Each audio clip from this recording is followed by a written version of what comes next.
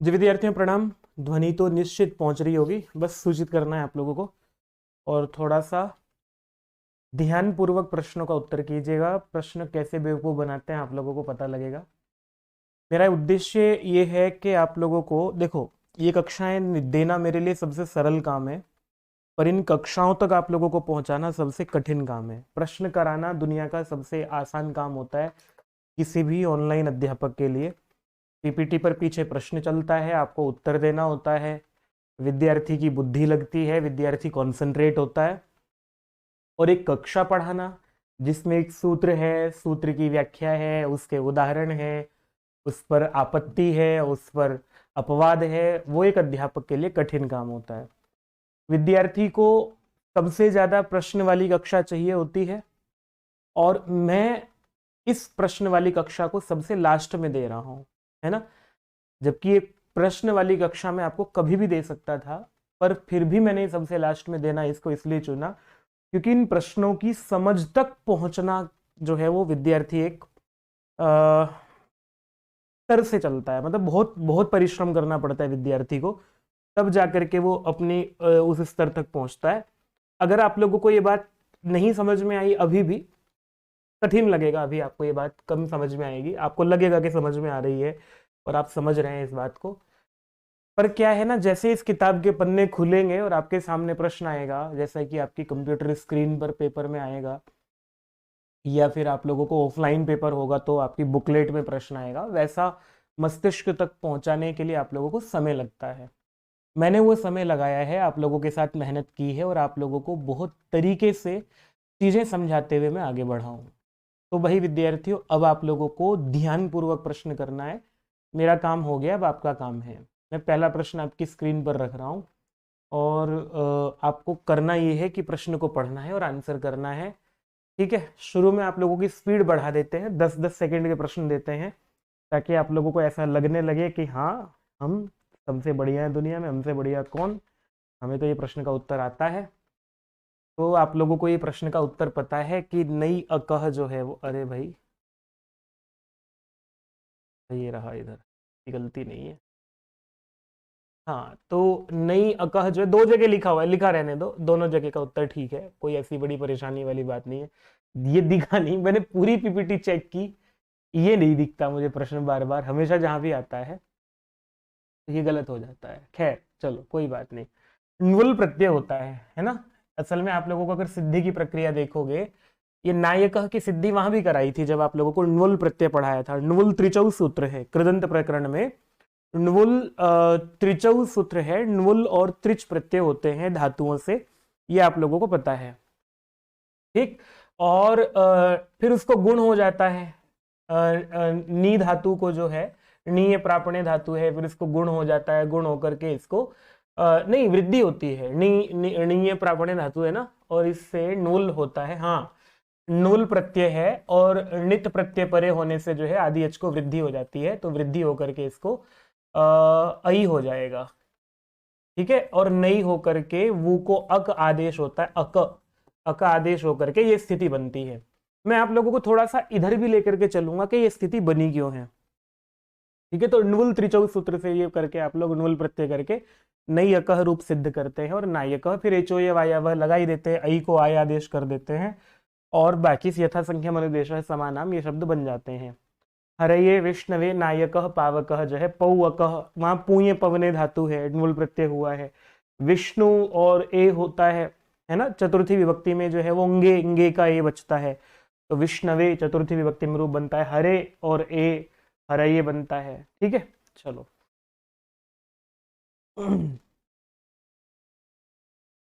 मैं ये आशा करके आप लोगों के लिए कक्षा दे रहा हूँ विद्यार्थियों कि आप पढ़ के आए होंगे, और अगर आप लोग पढ़ के नहीं आए होंगे फिर आपके लिए नुकसान हो जाएगा। वांतोई प्रत्यय, यकार आदि प्रत्यय परे रहने पर जो है, यकार आदि प्रत्यय परे रहने पर वांत आदेश होते हैं, ये आपको बताया था। तो इसमें कौन सा ऐसा है कि जिसमें यकार आदि प्रत्यय है, तो बताओ शीघ्रता से।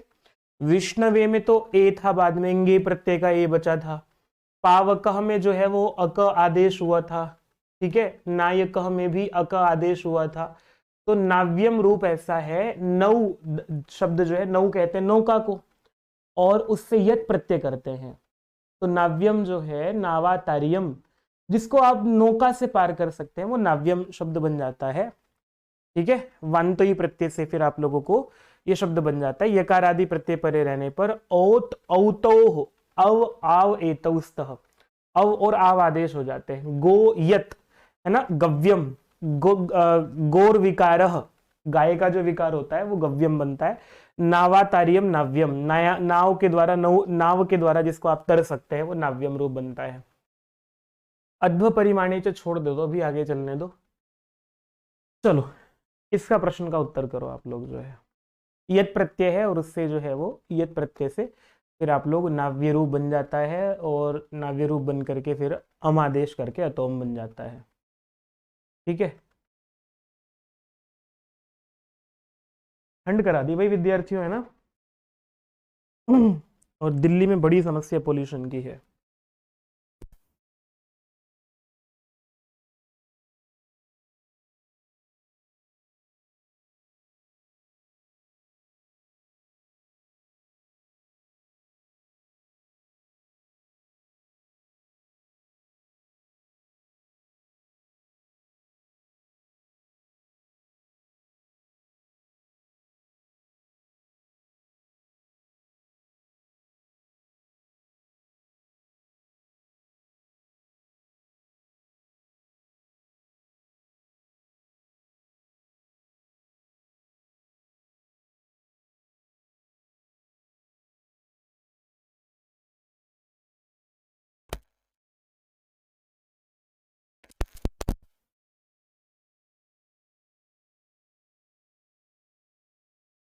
कंबल में बैठ के पढ़ाई, कंबल में बैठ के जैसी पढ़ाई होती है मुझे भी पता है और तुम्हें पता है। तू ध ध य, तो ये जो धकार को द्वित्व हुआ है किस सूत्र से हुआ है? अनचीच सूत्र आप लोग कह रहे हैं, हम आपकी बात को पूरा मानेंगे और आपको सिद्धि भी लगे हाथ याद करा देते हैं कि असल में क्या होता है। सुधि और उपास्य रूप में जब आपके सामने आता है तो इको यणची सूत्र लगाते हो, इक के स्थान पर यण आदेश कर देते हो और आपके सामने स्थिति बन जाती है कि तू ध और ई को य किया और उपास्य। ठीक है, ये बना। तस्मिन् इति निर्दिष्टे पूर्वस्य जो है वो, ये तो खैर हो ही गया, स्थानांतरतमा लगा करके ई को यह आदेश कर लिया आप लोगों ने, शुद्ध और उपास्य, ये स्थिति बनी। फिर अनचिच सूत्र लगता है, अचह परस्य, अच के उत्तर यरह पर, अचह परस्य यरह द्वे वास्तः, यर जो होता है उसको विकल्प से द्वित्व हो जाता है, तो ध ध दो बार भी हो जाएगा और विकल्प से करोगे तो नहीं भी होगा। तो ऐसा करने पर जो है फिर आप लोगों को अगला सूत्र लगता है तू ध ध य। ठीक है, ऐसी स्थिति होने पर झलाम जश झशी, क्योंकि आगे झश है तो झलों को जश कर देते हैं, तीसरा वर्ण कर देते हैं। ध को फिर आप लोग जो है वो दकार कर दोगे। ठीक है ना, दकार कर दोगे तो सु द ध, सु द ध और य और उपास्य, ये स्थिति हो जाती है। संयोगांत से लोपः जो है उसका लोप होना चाहिए, और लोप होना चाहिए तो पूरे का लोप हो रहा था, लेकिन विद्यार्थी अलोन्त्यस्य से यह लोप प्राप्त होने पर यणः प्रतिषेधो वाच्य वार्तिक एक लगता है। ये तो संयोगांत का लोप कर रहा था, संयोगांत से लोप सूत्र जो है पूरे का लोप कर रहा था, तो अलोन्त्यस्य सूत्र ने इसका लोप करने को कहा। इसका लोप होने की बात आई तो यणः प्रतिषेधो वाच्य, यण का जो है वो प्रतिषेध करना चाहिए, ये हमने आप लोगों को पढ़ाया था। और शुद्ध्युपास्य मध्वरी धात्रंश लाकृति, ये उदाहरण बनाए थे। ठीक है ना, इसी जन्म की बात है विद्यार्थी, कोई पिछले जन्म की बात नहीं है, रिवाइज ऐसे कराया जाता है। बताओ फटाफट से अगला प्रश्न बताओ मुझे कि मुखर्जी नगर नहीं रहता जी, नहीं नहीं नहीं नहीं, मैं रहता हूँ साउथ दिल्ली में। कृष्ण रिद्धि, तो भाई विद्यार्थियों तो पता है आप लोगों को कि अ और री पूर्व पर के स्थान पर गुण आदेश हो जाता है और अर हो जाता है। ठीक है, तो कृष्णर्धि बन जाएगा। ठीक, अगला प्रश्न बताओ मुझे आप लोग, रामस चिनोती, यहां संधि का स्वरूप होकर के क्या रूप बनता है? स्तोहश्चुनाश्चु लगता है, और स्तोहश्चुनाश्चु जो सूत्र है सकार को शकार करेगा, रामस चिनोती रूप बनता है। ठीक, अगला प्रश्न बताओ विद्यार्थियों आप लोग जो है वो, विसर्जनीय से सह। देखो अब मुझे बताओ विद्यार्थियों, विसर्जनीय से सूत्र सह जो है वो, लेकिन इस कब होगा, कंडीशन क्या है? पॉइंट ये नहीं है कि विसर्जनीय से सह क्या करता है, पॉइंट ये है कि क्या करता है ये। मतलब क्या कंडीशन है इसकी, विसर्ग को सकार करने की कंडीशन क्या है? तो कंडीशन बताओ विद्यार्थियों। कंडीशन ये है खर परे होने पर, ठीक है। खरी विसर्जनी से सह सूत्र जो है कहता है कि खर परे होगा तो विसर्ग को सकार कर देंगे, ठीक। तो खर परे था तो विष्णु, विष्णु का जो स था रू होकर के विसर्ग होकर के उसको फिर सकार करके विष्णु स्त्राता रूप आप लोगों ने बनाया था। तल्लय सूत्र जो है यहाँ तदलय है, पर सवर्ण हुआ है ना, द को ल हो गया है। और तोरली सूत्र आप लोगों को याद है, लेकिन ये ध्यान कम लोगों को होगा कि तोरली सूत्र क्या करता है। तोरली तो याद रह जाता है, लेकिन क्या करता है विद्यार्थियों, ये पर सवर्ण करता है। ध्यान रखना कुछ चीजें छोटी छोटी मगर मोटी बातों में ये है कि पर रूप, पर सवर्ण, पूर्व रूप, पूर्व सवर्ण, ठीक है। पूर्व पर के स्थान पर एक आदेश, पूर्व को एक आदेश, पर को एक आदेश, मतलब शब्दों पर ध्यान देने वाली सारी की सारी बात है। बाद वाला जो वर्ण है उसके समान वर्ण करना है, तो द को जो है वो ल ही करते हैं, तोरली सूत्र से तल्लयरु बनता है, ठीक है। गमो ह्रस्वाद चिंगमुण नित्यम जो है इस सूत्र का उदाहरण क्या है, कीजिए आंसर तोरली।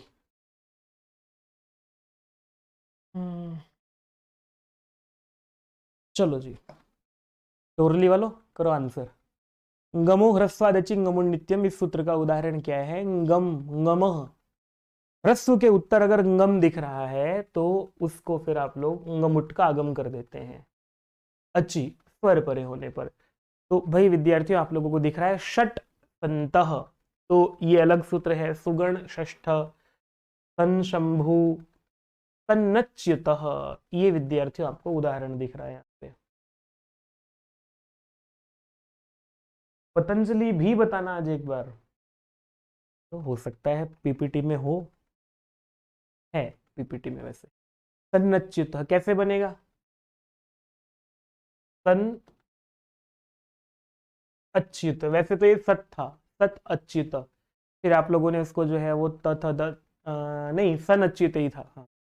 सन अच्युत जो है ये करके फिर आप लोगों ने क्या किया, गमः ह्रस्वादचि, ह्रस्व के उत्तर गम हो, अच परे होने पर इसको गमुट का आगम हो जाता है और न को न आगम होकर के सन्नच्युत रूप बन जाएगा।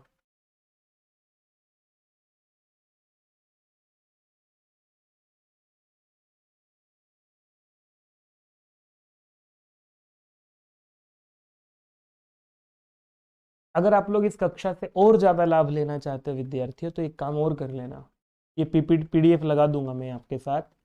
आज केवल उतने प्रश्नों की, हर क्लास के साथ सिर्फ उतने प्रश्नों की पीडीएफ लगाएंगे जितने उस क्लास में कराए होंगे। बाकी के उदाहरण लिख करके देखना कि किस सूत्र से हुए हैं। जगह जैसे सन षष्ठ,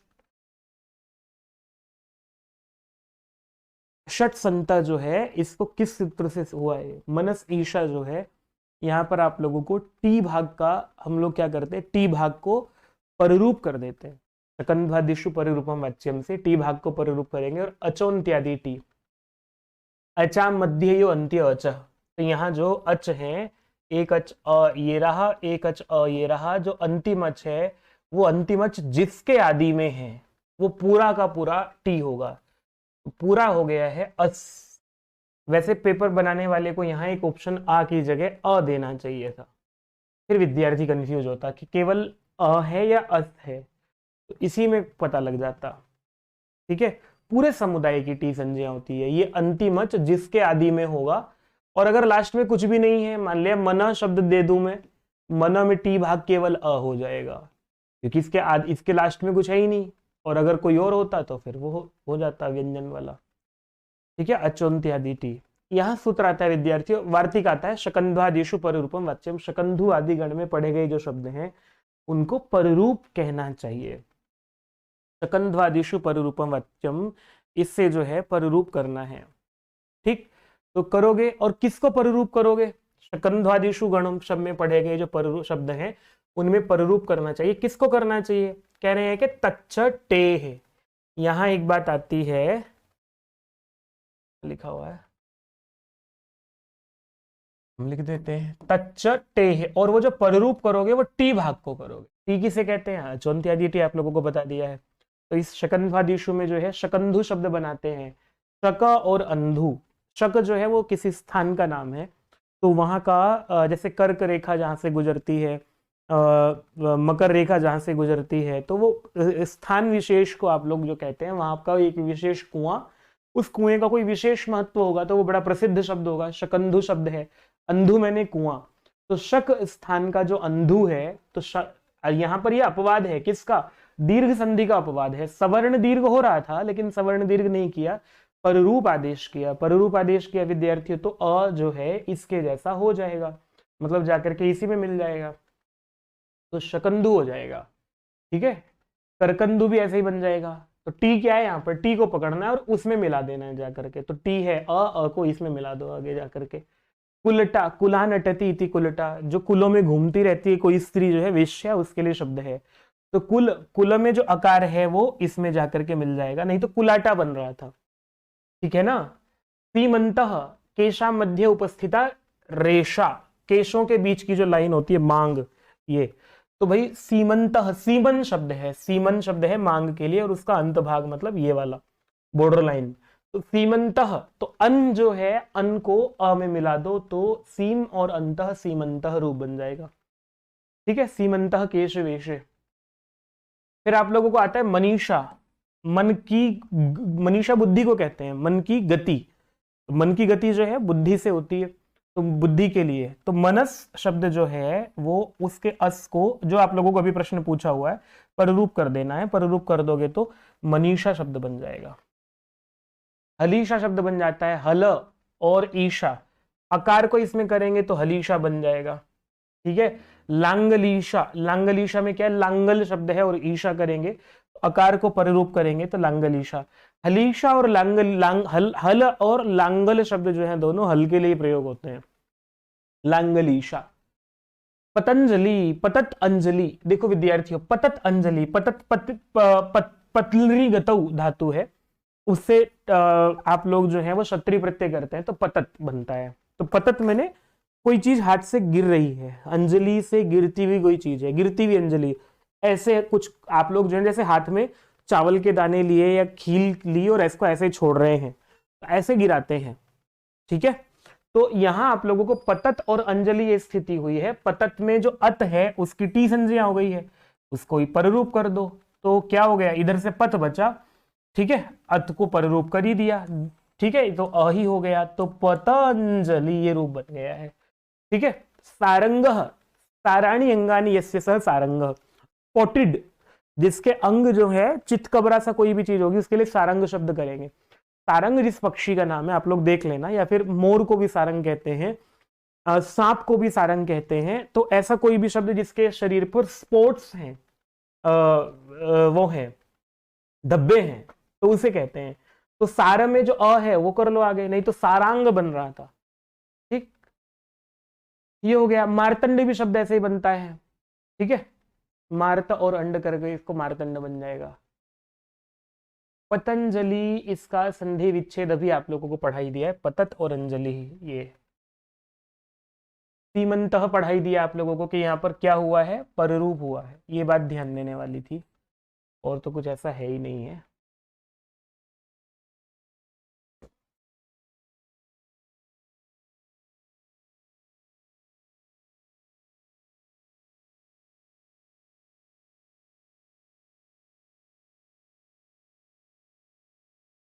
देखो H TET, UGC NET, D triple S B, RPSC, Bihar, सबके प्रश्नों का समावेश करके आप लोगों की आज की पीपीटी बनाई गई है। ठीक है, और अभी ये कक्षा कल भी चलेगी, जरूरत हुई जैसे कल निपट जाएगा। अपरिच्छति, आप लोगों को उत्तर ये नहीं करना था, मुझे बस ये बता दो कि किस सूत्र से यहां पर जो है संधि हुई है।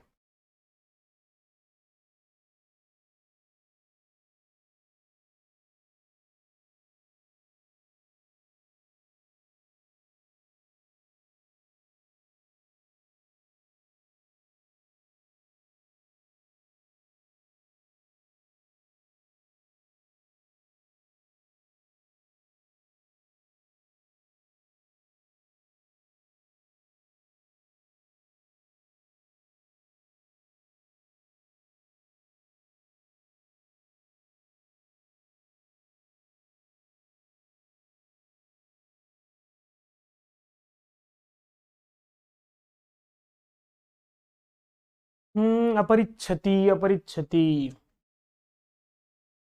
उपसर्गादृति धातु, ये सूत्र है कि वार्तिक है? ये भी पता होना चाहिए विद्यार्थी, सूत्र है कि वार्तिक है। तो ये विद्यार्थियों वार्तिक है, आप लोगों को वृद्धि का ये ध्यान रखने वाली बात है। उपसर्गादृति धातु, हो मेरी बुद्धि काम नहीं कर रही है क्या? उपसर्गा क्रिया योगे, एक तो ये सूत्र आया था यहाँ पर कि जब ये जो वो है प्रादिगण में पढ़े गए जो निपात हैं वो जब क्रिया के साथ जुड़ते हैं तो उनको उपसर्ग कहते हैं। इसको मैंने बहुत लंबा चौड़ा करके आप लोगों को पढ़ाया था। और उपसर्गादृति धातु, उपसर्ग के बाद ऋकार आदि धातु होती है तो अवर्णांताद उपसर्गात, अकार वर्ण वाला कोई भी उपसर्ग होगा, मैंने अ या आ, अकारांत या आकारांत उपसर्ग जो भी हैं, तो अकारांत जैसे अव है, जैसे कि यहाँ से जो है वो अभिप्रति, प्र है, परा है, अप है, इन अकारांत अवर्णांत उपसर्गों के बाद ऋकार आदि धातु परे होगी तो वृद्धि एकादेश होगा। अच्छा, इस सूत्र की जरूरत क्यों पड़ी विद्यार्थियों? प्र और ऋच्छति ये स्थिति आने पर कौन सा सूत्र लग रहा था? आद गुण सूत्र लग रहा था, है ना? अकार के बाद जो है वो ई उ रिल री वाले वर्ण होने से क्या होता?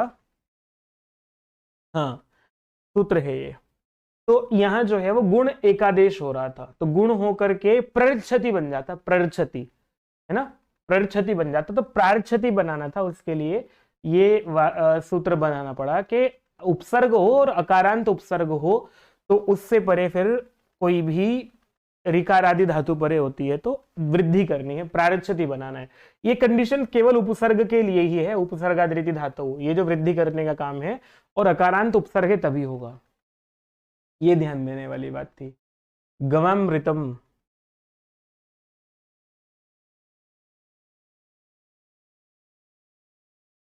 भाई विद्यार्थियों पोल्यूशन ने असर दिखाना इतना शुरू कर दिया है कि गले में कल से परेशानी हो गई है। और हमारा काम क्या है ना, 6 घंटे 5 घंटे जो है वो कंटिन्यू मतलब पूरे दिन में 6 घंटे क्लास होनी होती है। गवामृतम जो है इसमें कौन सी संधि करोगे आप लोग?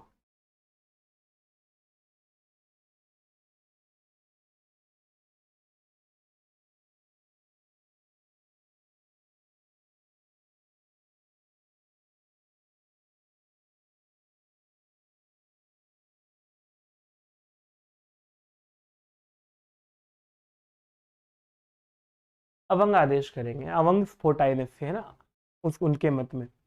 ये सूत्र बता देना मुझे, ठीक? अवंग स्फोटाइनस से सूत्र के कहते, ये वार्तिक है लेकिन पदांते, ये वार्तिक है कि सूत्र है?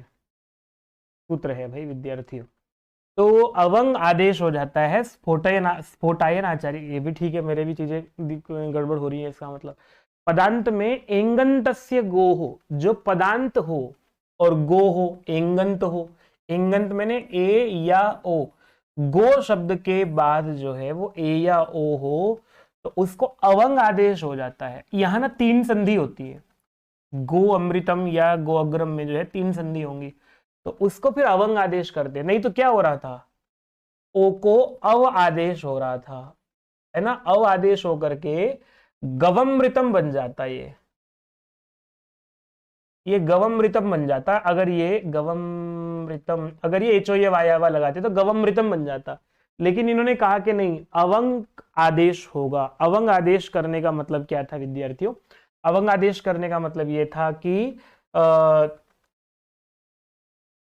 इससे करने से जो है वो अवंग आदेश करके गवाग्रम बनता। असल में पूरा प्रकरण ये है, एंगह पदांतादति।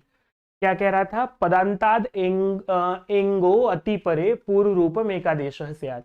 तो यहां अगर आप लोग देखोगे पदांत एंग है, तो अगर इधर भी देखोगे तो गो और उसके आगे अग्रम लिखा हुआ है, तो एंगह पदांतादति में आपको गो अग्रम का ही संधि पढ़ा देता हूं, गो अग्रम या गोमृतम की संधि पढ़ा देता हूं। इनमें अगर आप लोग देखोगे तो पदांत एंग के बाद एंगह पदांतादति कहता है कि पदांत में एंग है, अति परे होने पर है, तो पूर्व रूप एकादेश हो जाता है। पूर्व रूप एकादेश होता तो विद्यार्थी क्या बनता? गो अग्रम ऐसे रूप बन जाता है, ठीक है?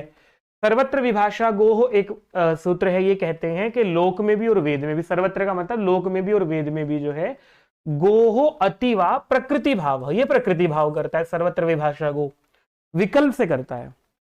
अगर ये नित्य कर देता तो इसका काम खत्म हो जाता, विकल्प से करता है तो अगर प्रकृति भाव करेगा तो ज्यों का त्यों रह जाएगा, और नहीं करेगा तो गो अग्रम इंगह पदांतादति लग जाएगा। ये बहुत ध्यान देने वाली बात है।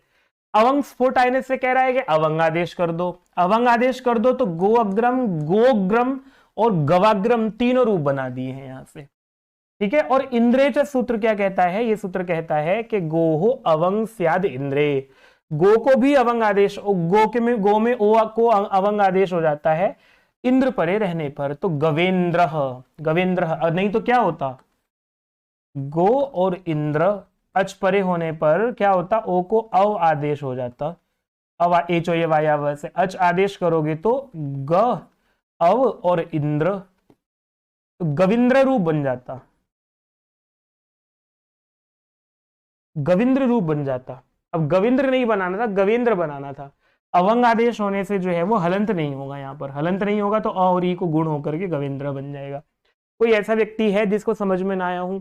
अब ये बात आज तो समझने में आसान है, परंतु उस व्यक्ति को समस्या हुई होगी जिस व्यक्ति ने ये टाइम से नहीं पढ़ा, जिस व्यक्ति ने पहले से नहीं पढ़ा।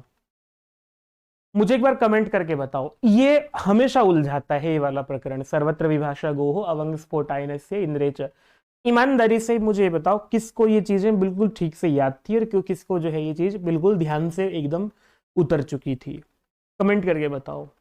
क्योंकि मैं ऐसा देखता हूं, मेरा अपना अनुभव ये कहता है कि मैंने आज तक जितने विद्यार्थियों को पढ़ाया है उन विद्यार्थियों में केवल 20-25% विद्यार्थी ऐसे हैं जिनको इतना क्लियर चीजें याद रह पाती हैं रिवाइज करते टाइम। अब मुझे अगर ये पता लगेगा तो मेरा अपना डेटा करेक्ट होगा कि वो 20-25% से ज्यादा संख्या बढ़ी है, तो सूत्र इंद्रेच लगाएंगे। हाँ,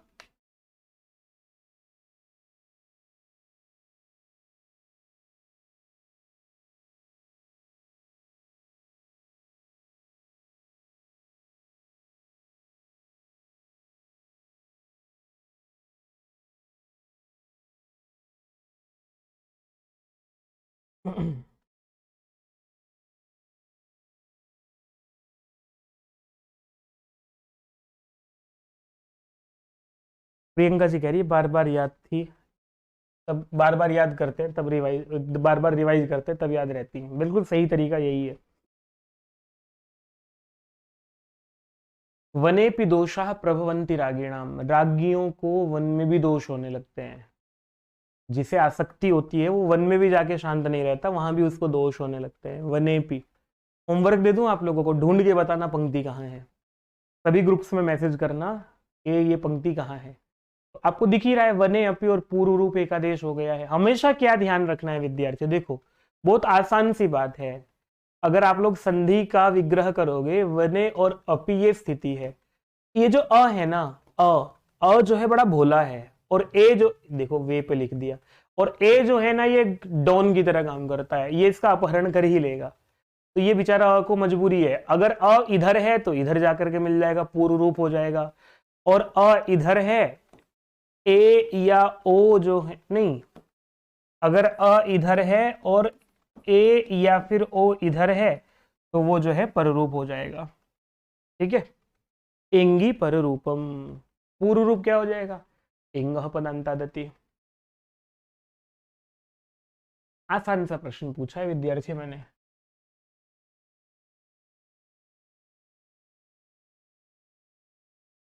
अच्छा बताओ एक बार, दिमाग से उतर सी गई थी,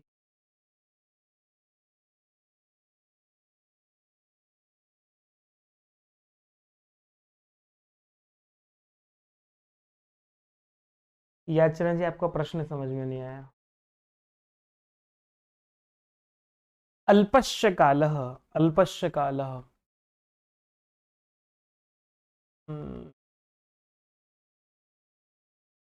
हितोपदेश का श्लोक है ना कुछ ऐसा करके, ये इतना समय है और इतना काल है, ये है वो है, अल्पश्च काल।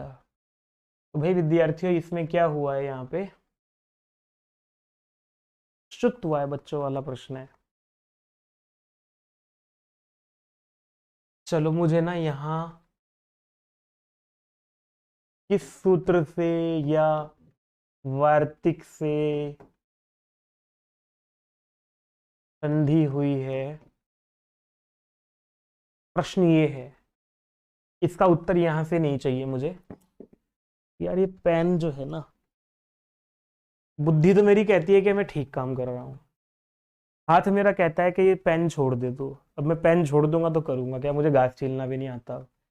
पहले मैं घास बढ़िया छील लेता था, खेती में काम कर लिया लेता था, अब वो काम भी नहीं हो पाएगा। असल में ये हाथ ना टूट गया था। पता है ईश्वर कैसे कृपा करते हैं विद्यार्थियों? मैं 10 फीट की हाइट से गिरा, और अपनी बुद्धिमत्ता के कारण गिरा। बुद्धिमत्ता मतलब बुद्धि ना लगाने के कारण गिरा।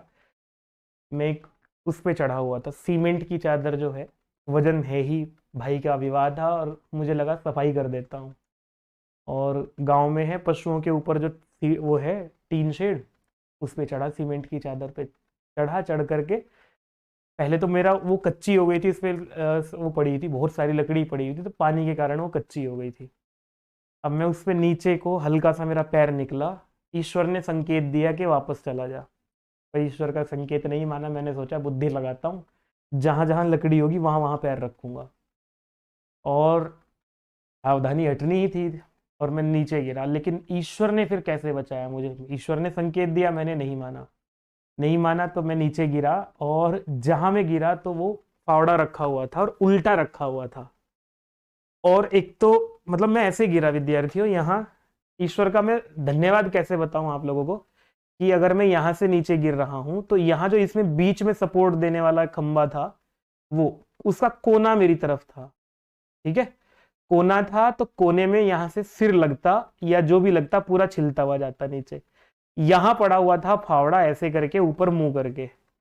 तो विद्यार्थियों, ना मैं इस पर गिरा ना मैं इसमें लगा, सीधा नीचे गिरा। और बचाने के लिए आदमी करता ही है, तो ये यहां से कोहनी ठुकी, कोहनी ठुकने से ये पूरा चूरा हुआ, ये जगह चूरा हो गई थी, और यहां से हाथ की हड्डी निकल करके इधर से बाहर निकली इतनी, और पीछे से बाहर निकली इतनी। दोनों साइड जो है वो जैसे हार्ट में बाहर निकाल देते हैं, ऐसे निकली हुई हड्डी। और मैं डॉक्टर के पास गया, वो बोला कि भाई तू कैसे तुड़वा के लाया है, और ठीक भी हो गया। पूरा काम नहीं करता आज, लेकिन फिर भी काफी ईश्वर ने जो है वो सुरक्षा की मेरी। तो ईश्वर ऐसे सहायता करते हैं देखो, इसलिए कभी बुरा नहीं करना चाहिए किसी का। इसलिए मैं तुम्हें डांटना बंद कर दूं तो अच्छा रहेगा, है ना।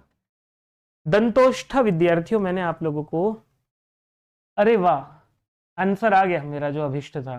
कहानी मैंने तुम्हें सुना दी वो अलग बात है, पर परवीन जी आपके लिए मैं ताली बजाना चाहूंगा, जिसको ये याद था ओत्वष्ठयोः समासे जो है इस वार्तिक से हुआ है। ये क्या बात है। देखो मैं आपको पढ़ाता हूँ, मुझे बड़ा प्रसन्नता हुई। तुम बच्चों वाले आंसर ठीक करते हो, तो मैं उसको देख करके कभी इतना ज्यादा प्रफुल्लित नहीं होता, पर इसका आंसर बच्चों वाला ही था, ऐसा भी नहीं है कि नहीं था। लेकिन और एक बार हम इस पर चर्चा कर चुके हैं यूट्यूब क्लास में भी। तो क्या है विद्यार्थियों, देखो मैं आपको पूरा कहानी सुना, हे भगवान, ये ऐसे ही आएगा पूरा। लो जी, लो जी, ठीक है। उपसर्गादृति धातु सूत्र जो है आप लोगों को पढ़ाया था कि उपसर्ग से ऋकारादि धातु परे होने पर हम लोग क्या करते हैं, वृद्धि रेखादेश करते हैं। तो प्रारच्छति बनाया था हमने, ठीक है। फिर एंगी पररूपम एक सूत्र पढ़ाया था आप लोगों को। क्या एंगी पररूपम कहता है? ये तो क्या कहता है विद्यार्थियों, उपसर्ग अकारांत उपसर्ग होगा, उससे परे वृद्धि होगी। पररूप करने वाला सूत्र क्या था? ये क्यों लिखा मैंने उपसर्गादृति धातु? पीछे जरूरत थी क्या इसकी कहीं? चलो लिख दिया तो लिख दिया, क्यों लिखा अभी देखते हैं। अब यहां एंगी पररूप करता है विद्यार्थियों, क्या करता है कि एंगी पररूपम क्या करता है, 91 94 सूत्र क्यों लिखा, अकारांत उपसर्ग से पर। एंगी पररूप जो है सब जगह पररूप नहीं करता, सर सब जगह पररूप नहीं करता, सिर्फ उपसर्ग से परे। उपसर्ग से परे एंग आदि धातु परे होगी तो करता है। नहीं तो आप में से बहुत सारे लोगों को सिर्फ ये पता है कि अगर दंत है और उधर ओष्ठ है तो क्या कर दो जी, पररूप कर दो और एंगी पररूपम सूत्र से कर दो। लेकिन एंगी पररूपम सूत्र जो है विद्यार्थियों, केवल और केवल ये इसकी कंडीशन क्या है, इसकी कंडीशन ये है कि एंगी पररूपम तब पररूप करेगा जब उपसर्ग से परे एंग आदि धातु होगी। तो यहां तो उपसर्ग नहीं है, यहां तो उपसर्ग नहीं है, फिर क्या करेंगे जी, तो इससे तो होगा नहीं, इसीलिए लिखा हुआ ओत्वोष्ठयोः समासे वा पररूपम वक्तव्यम। ये सूत्र कह रहा है कि ओतु शब्द है, ओतु शब्द है मार्जारः, बिलाऊ के लिए, और ओष्ठ, ओष्ठ शब्द जो है वो होठ के लिए है। तो यदि समस्त पदस्य उत्तर पदम, समस्त पद जो है दंत और ओष्ठ में समास करेंगे, दंतश्च ओष्ठश्च दंतोष्ठ रूप बनाना था। तो अब यहां ये कह रहे हैं कि दंत और ओष्ठ में समस्त पद में बाद में ओतु या फिर ओष्ठ शब्द आता है, तो समस्त पद के निर्माण करते समय जो है विकल्प से पररूप एकादेश कर दो। विकल्प से पररूप एकादेश करेंगे तो क्या करेंगे विद्यार्थियों, दंतोष्ठ शब्द बन जाएगा, दंतोष्ठ, या फिर दूसरा भी रूप बन जाएगा, दंत क्या बनेगा, वृद्धि बनेगी। अकार के उत्तर जो है एच परे है तो वृद्धि तो होगा ही होगा, दंतौष्ठ भी बनेगा, दोनों रूप बनेंगे क्योंकि ये विकल्प से कर रहा है, वाह विकल्प से कर रहा है। तो विद्यार्थियों यहां पर जो है वो इसी तरह से अगर आप लोगों को याद हो, पेपर में प्रश्न आता है बिंबोष्ठी, है ना, पक्व बिंबाधरोष्ठी, तो बिंब और ओष्ठ को मिलाकर के भी बिंबौष्ठ भी बन जाता है, बिंबोष्ठ भी बन जाता है। और इसी तरह से यहां से जो है स्थूल ओतु, बहुत मोटा सा कोई जो है बिलाऊ है, तो कर्मधारय समास करेंगे, कर्मधारय समास, लेकिन ये समास में होगा, सब जगह नहीं होगा, ये बात ध्यान में रखो। स्थूलौतु और स्थूलोतु दोनों रूप बनते हैं ये, ठीक है। बिंबोष्ठ शब्द जो है वो बिंबोष्ठ और बिंबौष्ठ दोनों बनता है, दंतोष्ठ और दंतौष्ठ दोनों बनता है, कंठोष्ठ और कंठौष्ठ बनता है, तवौष्ठ और तवौष्ठ दोनों बनता है ये। नहीं, अगर हाँ विद्यार्थियों, लेकिन यहां समास नहीं है, जैसे कि तव और ओष्ठ जो है, जब समास नहीं होगा तो वृद्धि नहीं होगी, फिर तो पररूप नहीं होगा, पररूप नहीं होगा तो वृद्धि तो होगी वृद्धि रेचि से। कितने लोगों को समझ में आ गई है ये वाली बात। बिंबौष्ठी शब्द जो है और बिंबोष्ठ शब्द जो है दोनों पूछे गए हैं, दोनों या इनमें से कोई एक पूछा गया है, और दंतोष्ठ शब्द भी पूछा गया है। ओत्वोष्ठयोः समासे वा पररूपम वक्तव्यम। ओतु और ओष्ठ शब्द जो है, इन दोनों शब्दों के समास में होने पर पद है ना, पररूप आदेश होता है। कितने लोगों को ठीक ठीक से समझ में आ गया, कितने लोगों को नहीं आया है, कमेंट करके बताओ मुझे।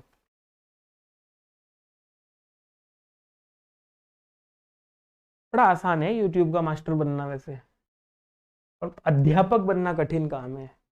बच्चे की छोटी से छोटी बातें याद रखनी पड़ती हैं, समझना होता है कि मैं अगर विद्यार्थी हूं तो मुझे क्या चीज याद आ रही होगी। मुझे आजकल ना जो यूट्यूब पर अध्यापक उल्टा सीधा, मतलब क्या होता है, जैसे अभी यूजीसी नेट का नोटिफिकेशन आया है, आप देखना 50,000 वीडियो मिलेंगी, ये बदलाव हो गया, वो बदलाव हो गया, यूं हो गया, वैसा हो गया, वैसा हो गया। लेकिन ऐसा नहीं करना चाहिए, ऐसे ही होता है। मैं बहुत सारे अध्यापकों को देखता हूँ, खोलो जी खोलो जी खोलो जी, आगे इसका ये आंसर होगा, इसका हो जाएगा बी, क्योंकि इसका बी है तो सी नहीं होगा, इसका डी है तो ई नहीं होगा, ऐसे करके बताते। धात्री अंश ये रहा, ठीक है, धात्री अंश, इको यणचि सूत्र आप लोगों को पढ़ाई है। अरे विद्यार्थी, मन भी लग रहा है आप लोगों का या नहीं?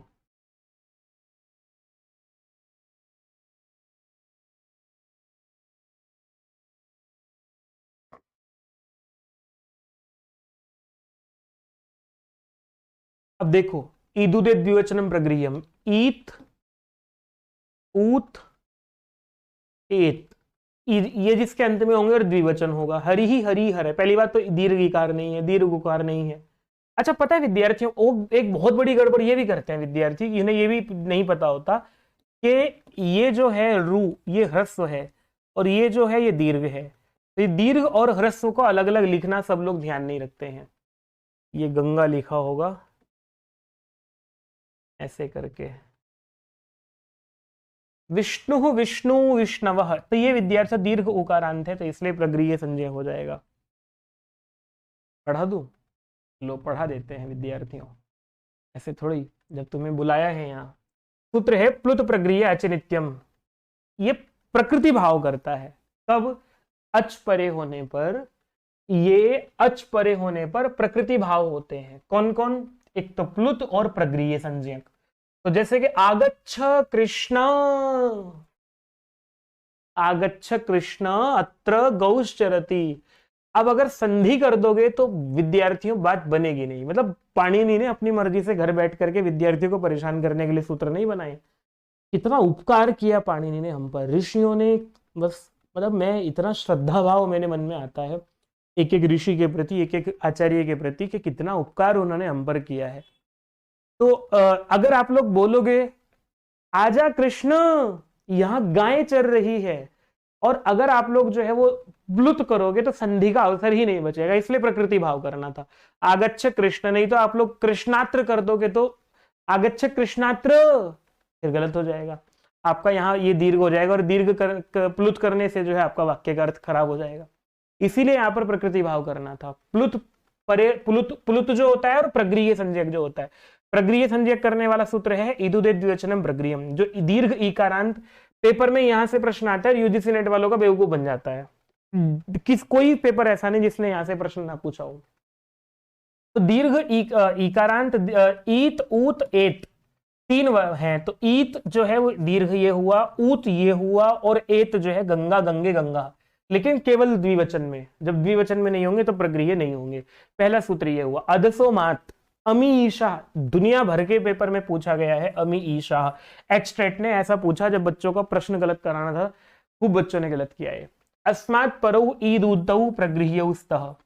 अस्मद शब्द जो है उसमें भी अगर ईकार और ऊकार शब्द होते हैं, ठीक है, तो अस्मद शब्द में जो है, अब ये बहुवचन में बना, ऊपर वाले सूत्र ने तो द्विवचन में किया था, ये बहुवचन में अमी करना था। अमी ईशा, ये ईश है, ये मालिक है, ऐसा शब्द बनाना था। तो अमी शब्द जो है इसकी भी प्रगृह्य संज्ञा की, तो नहीं तो अमीशा बन जाता, अमीशा। प्रकृति भाव करना था इसलिए। राम कृष्ण अमु आसाते, अमु, असौ, अमी, अमु, नहीं, अदस शब्द जो है ना, नपुंसकलिंग के रूप कैसे चलते हैं? असौ, अमु, अमी, ऐसे रूप बनता है। तो अमु जो है वो द्विवचन, पुल्लिंग में बनता है ये। हाँ, रामकृष्ण अमु, द्विवचन में जो है ये रूप बनेगा। तो अमु जो है ये द्विवचन में है, और इसको प्रगृह्य करना था अदस शब्द को। चादयो सत्व, चादयो सत्व कहता है कि अगर द्रव्य अद्रव्यवाची शब्द जो हैं, चादी गण के जो शब्द हैं, वो भी क्या होते हैं? उनकी भी प्रगृह्य संज्ञा हो जाती है। प्रादय, ये भी प्रगृह्य संज्ञक हो जाते हैं।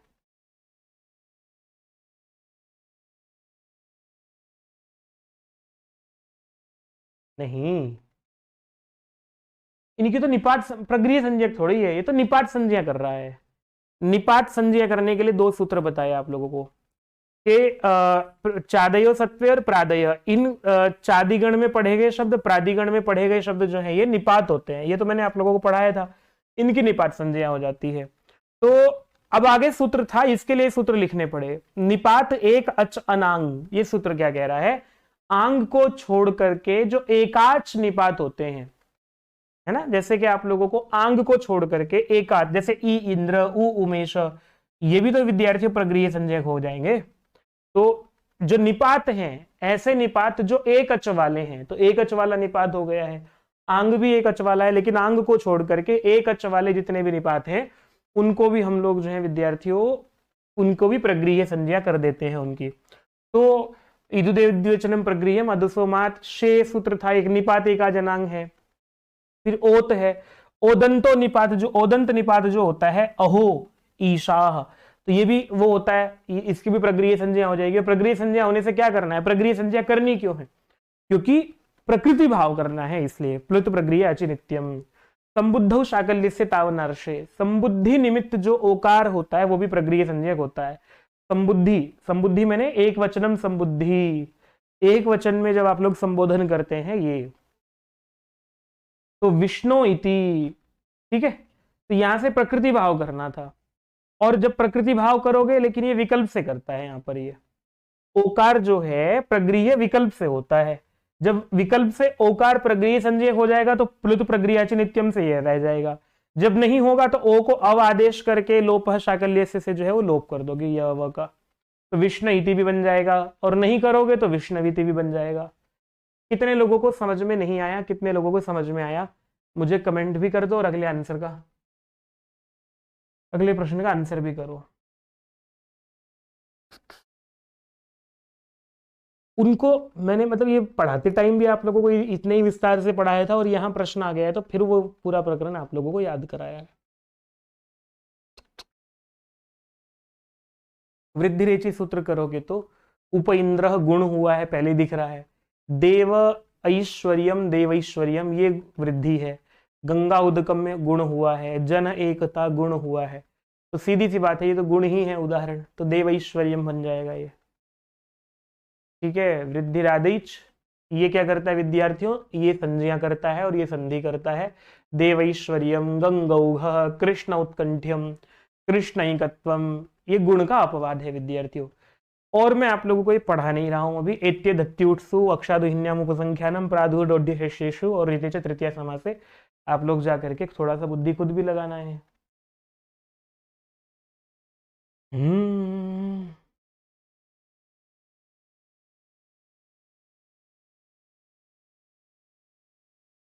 वागीश करो, तो वाक ईश, जलाम जशोन्ते से क को ग कर दोगे ना, वागीश। अनुस्वार से यही पर सवर्ण। चलो विद्यार्थियों, आज इतना ही रखते हैं अभी। कल जुड़ना समय से, कल संधि की मेरे विचार में निपटा देंगे लगभग लगभग चीजें, लेकिन ऐसे ही पढ़ाऊंगा, ऐसे ही आप लोगों को दूंगा। एक बार रिवाइज करके आना पूरी संधि फिर से, कल संधि ढंग से रिवाइज करके आना, लंबी कक्षा ले लूंगा कल, पर तब जब आप लोग ढंग से पढ़ के आओगे। अच्छा मुझे बताओ कि ज्यादा प्रश्न करने हैं या ये पैटर्न ठीक है, मतलब प्रश्न ज्यादा होने चाहिए कि इस पैटर्न से पढ़ाऊं, कैसे लगता है आप लोगों को, क्या ठीक है, याद आ जा रहा है, बात बन जा रही है या नहीं?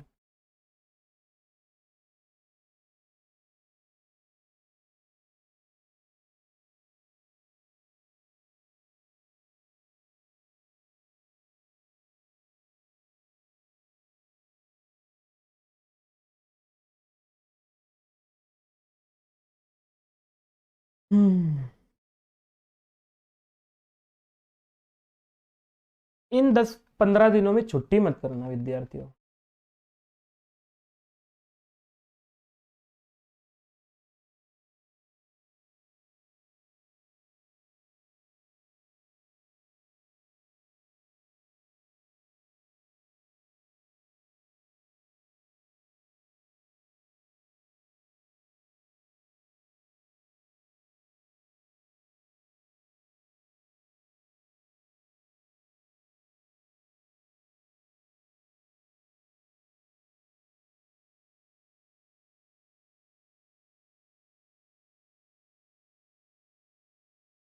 यूजीसी नेट वालों के लिए क्या स्ट्रेटेजी है, यूजीसी नेट वालों के लिए अलग से क्लास में चर्चा करेंगे। ठीक है, प्रणाम।